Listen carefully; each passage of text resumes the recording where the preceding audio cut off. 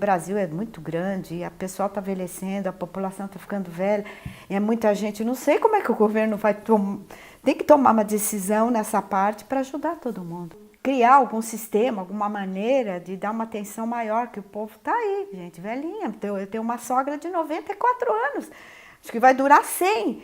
Então tem que prestar atenção nessa turma, né, que está envelhecendo rapidamente. A coisa mais moderna que existe nessa vida é envelhecer.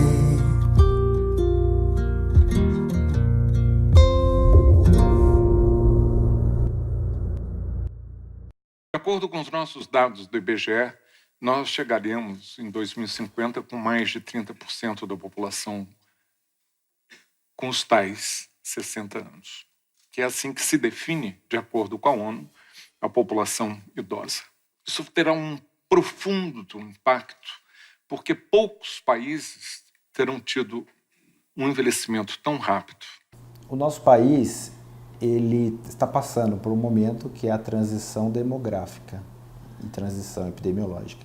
Ou seja, nós estamos passando de um momento que a gente tem uma população jovem para uma população idosa.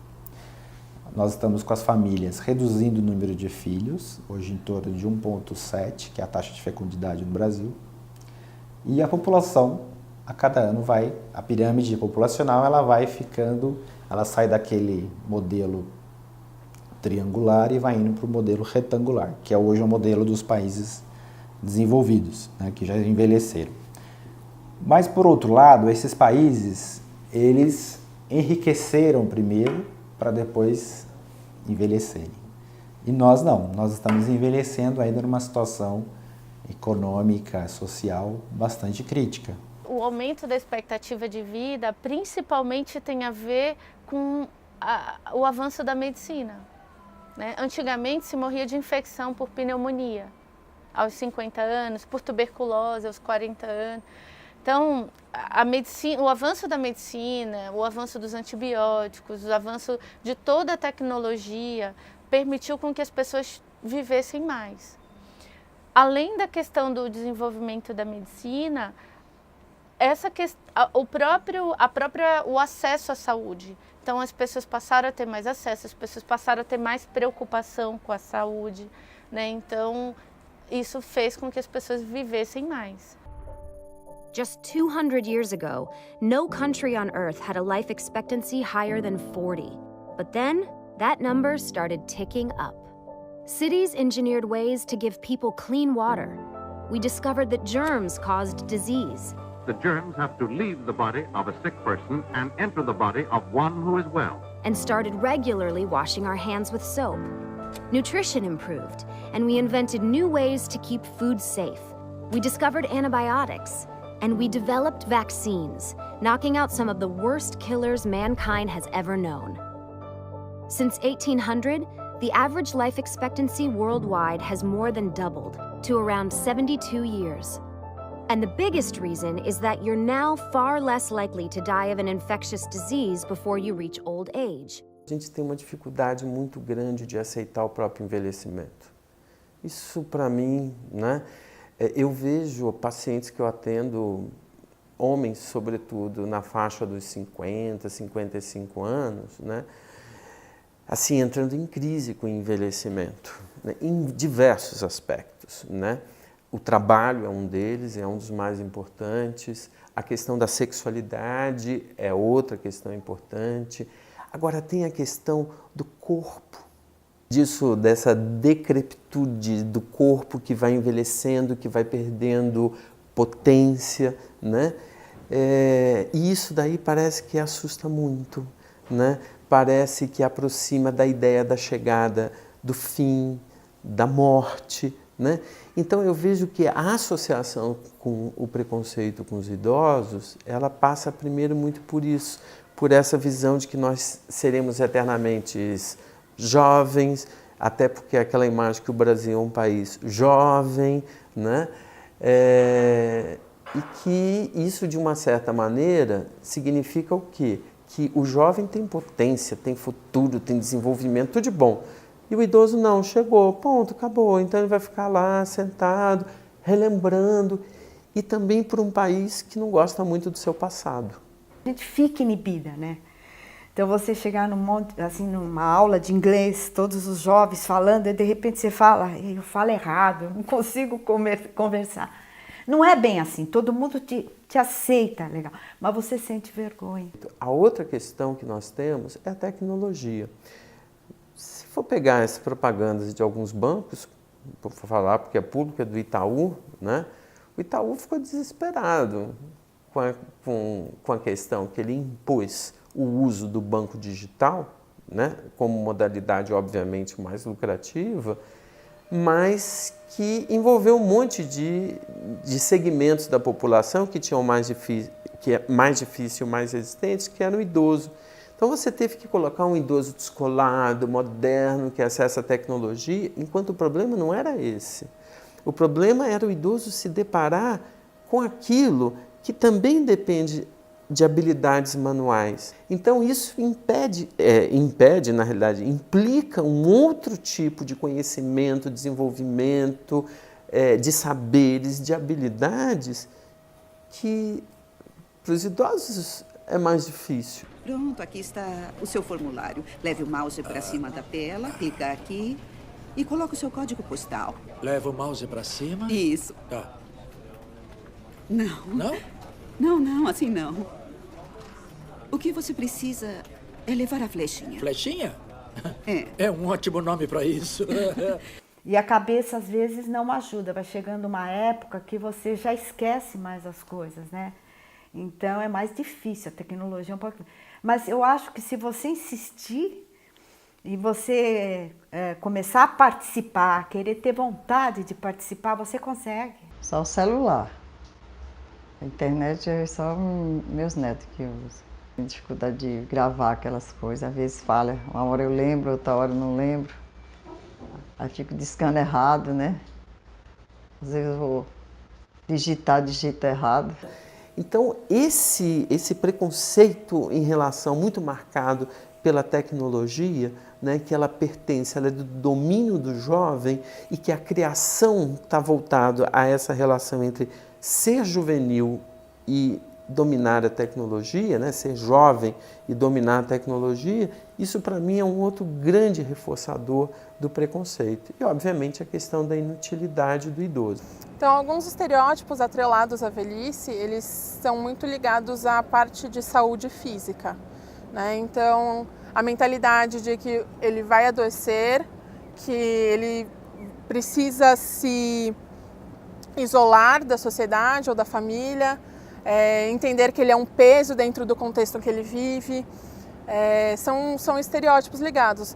Existem os estereótipos relacionados à sexualidade, o que faz com que a própria saúde pública tenha deixado um pouco de lado e hoje a gente tem um aumento de índice de AIDS entre os idosos.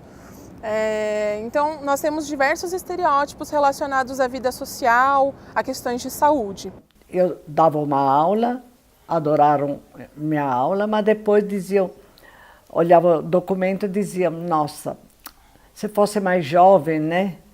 E ali acabou. A gente tem o preconceito desde de um transporte público, que não vai parar para ele no ponto.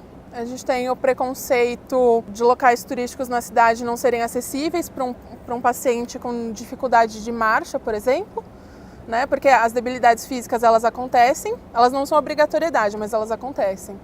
E os espaços físicos, eles não estão preparados, né? Então, nem para um idoso e muito menos para um deficiente físico. Com essa mudança na pirâmide etária do Brasil, você começa a perceber que a cidade, o espaço urbano tem que estar cada vez mais adaptado para essa população que envelhece. Uma população que envelhece vai ter naturalmente algumas restrições de mobilidade e essas restrições de mobilidade elas se expressam de forma brutal no espaço urbano brasileiro. O espaço urbano brasileiro não foi pensado com uma acessibilidade total. A cidade acessível ela permite que todo tipo de população, a criança, o jovem, o adulto, o idoso, a pessoa que tem problemas de acessibilidade possam circular por todo o território da cidade. As calçadas estão muito ruins, é muito degrau, Já levei um tombo, mas tive sorte, 2 tombos já quando vinha de supermercado. Mas tive sorte e não aconteceu nada, os ossos ainda estão bons, tudo.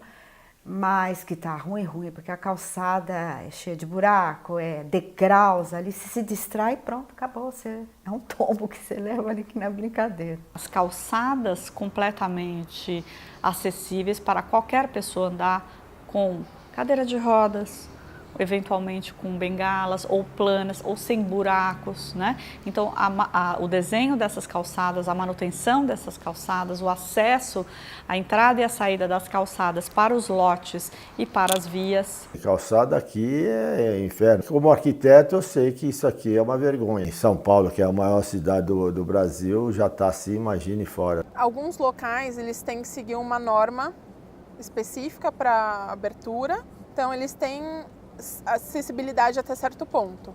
Às vezes a acessibilidade da área física ela ocorre. Você tem um elevador, você tem uma rampa, você tem uma sinalização, você tem um piso antiderrapante, você tem um corrimão.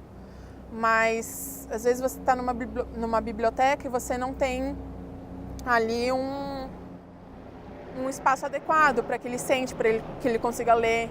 Você não tem uma pessoa que auxilie, às vezes, aos novos recursos. Pode ser uma pessoa que não tenha contato com a tecnologia, ela precisa procurar algo em um computador. Então, a acessibilidade ela vem nesse encontro, de o que você oferece, ele estar aberto e apto para que essas pessoas utilizem. Poderia me dar 2 formulários? Um para o seguro-desemprego e um outro para que eu possa recorrer na Previdência? Tem que se inscrever online, senhor. Eu não sei fazer isso. É assim que funcionamos, ou pode ser pelo telefone. Escuta, me dá um terreno que eu construo uma casa para você, mas eu não sei usar um computador. Nossos serviços são digitais, senhor. Esse papo de novo. Eu ouço isso o tempo todo no telefone, serviços totalmente digitais, e eu sou da caneta. Olha, o que acontece se eu não souber usar a internet? Para atendimento especial, tem um número, caso seja disléxico. Tá, poderia me passar? Porque com computadores eu sou disléxico. Vai encontrar online, senhor. Tenho que pedir que se retire agora. Não tem hora marcada. Para garantir o pagamento das aposentadorias, teremos que reformar a Previdência Social. Sem reforma, em poucos anos, o governo não terá como pagar os aposentados. O nosso objetivo é garantir um sistema de aposentadorias pagas em dia, sem calotes, sem truques, um sistema que proteja os idosos sem punir os mais jovens. O caminho que temos pela frente é desafiador. Do ponto de vista de política pública, imagina o quanto que isso economicamente é ruim para um país. Você vê a Europa, os Estados Unidos, está todo mundo preocupado com isso. Porque se a pessoa se aposenta e vive 20 anos aposentada, 30 anos aposentada, se ela contribuiu, na verdade, a metade da vida dela, ela vai resgatar aí. Então, do ponto de vista econômico para o país, é muito delicado mesmo. É uma situação que precisa ser revista porque não tem conta que fecha. A população ativa economicamente não é suficiente para manter toda essa população que está envelhecendo. Sem a oferta de emprego, como é que vai sustentar a Previdência para pagar o seguro dos idosos, aposentadoria? Tem que ter, né? Tem que ter mais trabalho. E hoje, dentro do contexto aí da reforma da Previdência, né?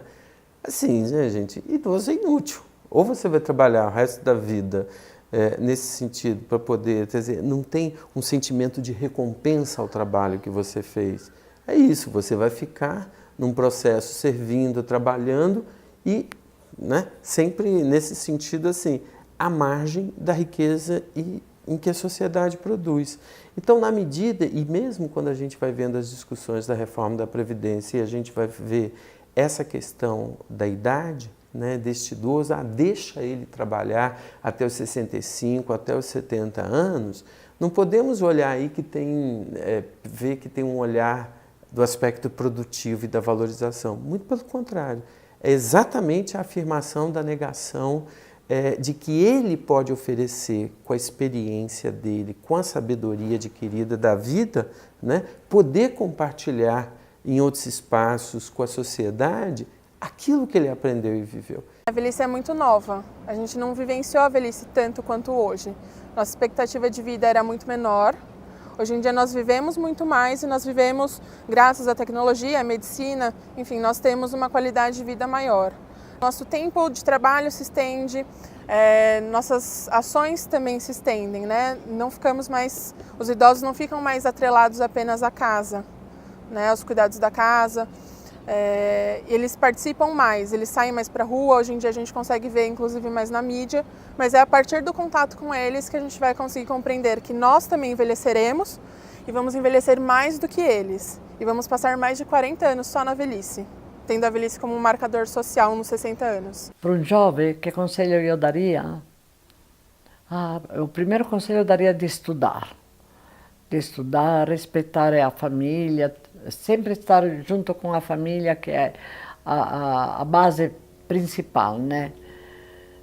E depois, ali, cada cabeça é uma sentença, viu?